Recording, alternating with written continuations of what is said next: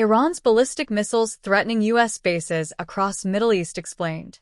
Iran's missile arsenal now stands at the center of the confrontation unfolding under Operation Epic Fury, with U.S. bases, allied facilities, maritime choke points, and regional capitals falling within layered strike envelopes.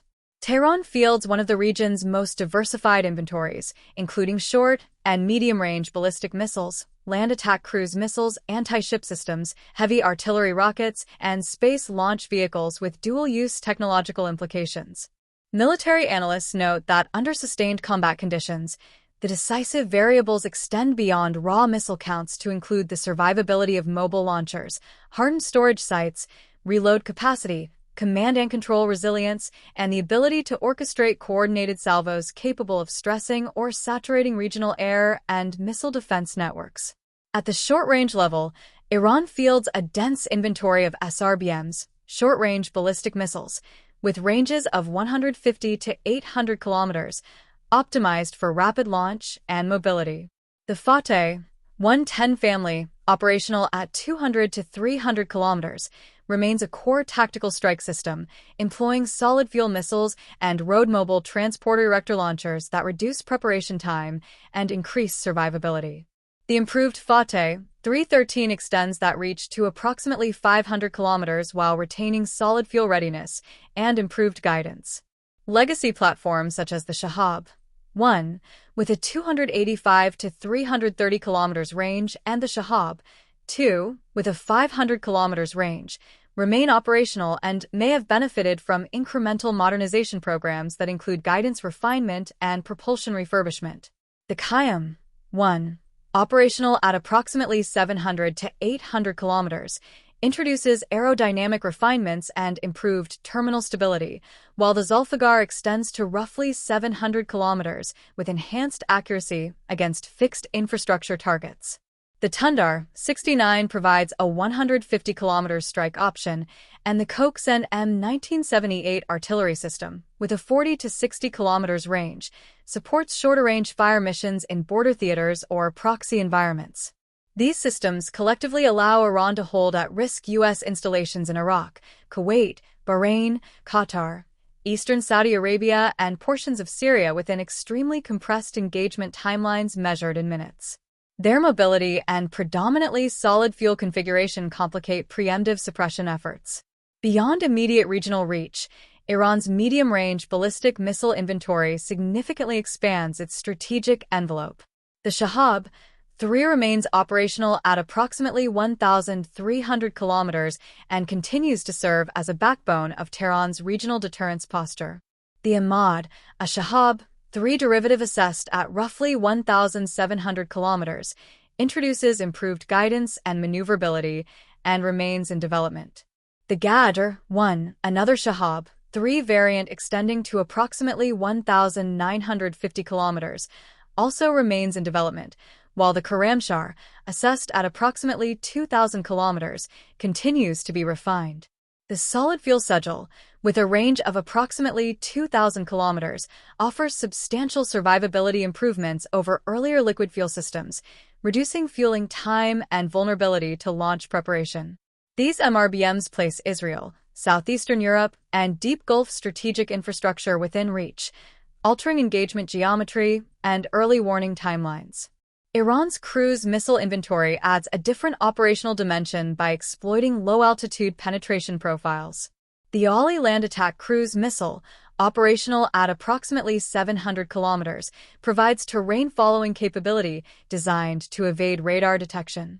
The Ra'ad anti-ship cruise missile, with a range of approximately 350 kilometers, enhances maritime denial capacity in the Persian Gulf and Strait of Hormuz. The SOMAR cruise missile, assessed with a range between 2,000 to 3,000 kilometers and presumed operational, significantly extends strike reach through subsonic low-altitude flight at approximately Mach 0.8 to 0.9. Cruise systems complicate defensive architecture by forcing simultaneous engagement of high-altitude ballistic trajectories and low-altitude terrain-hugging threats. Iran's space launch vehicles, including the Safir, capable of reaching approximately 350 kilometers altitude and currently operational, and the Simorgh, capable of approximately 500 kilometers altitude and still in development, contribute to technological overlap relevant to ballistic missile development.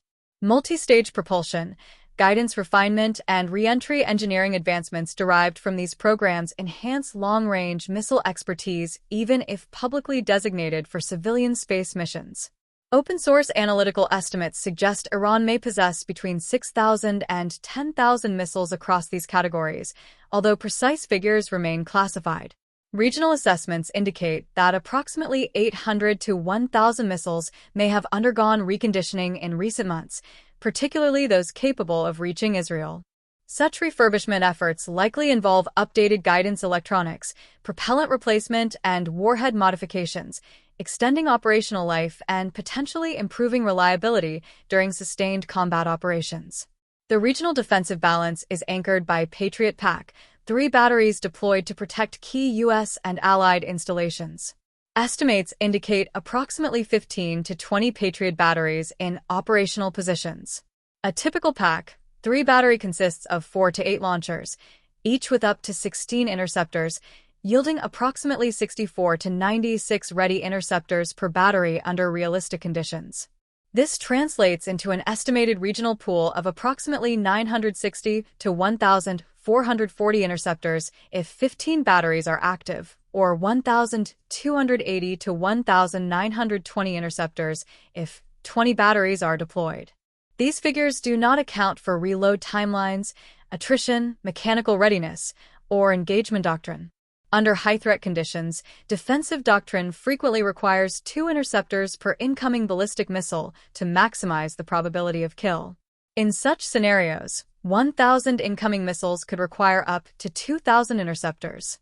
Sustained salvos approaching 2,000 missiles across multiple theaters could exceed available ready interceptor inventories absent rapid reinforcement from THAAD batteries or Aegis-equipped naval platforms. Even lower volume but highly coordinated mixed ballistic and cruise salvos could stress radar discrimination and command sequencing.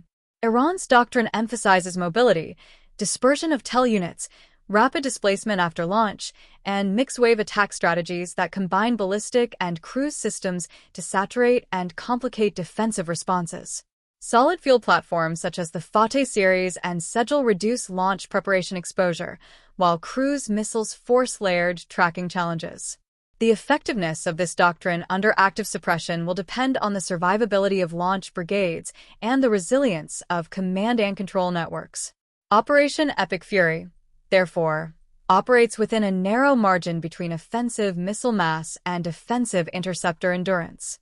If Allied strikes succeed in degrading launch sites, storage depots, production infrastructure, and command nodes before large-scale saturation thresholds are reached, Iran's theoretical numerical advantage may not translate into sustained operational impact.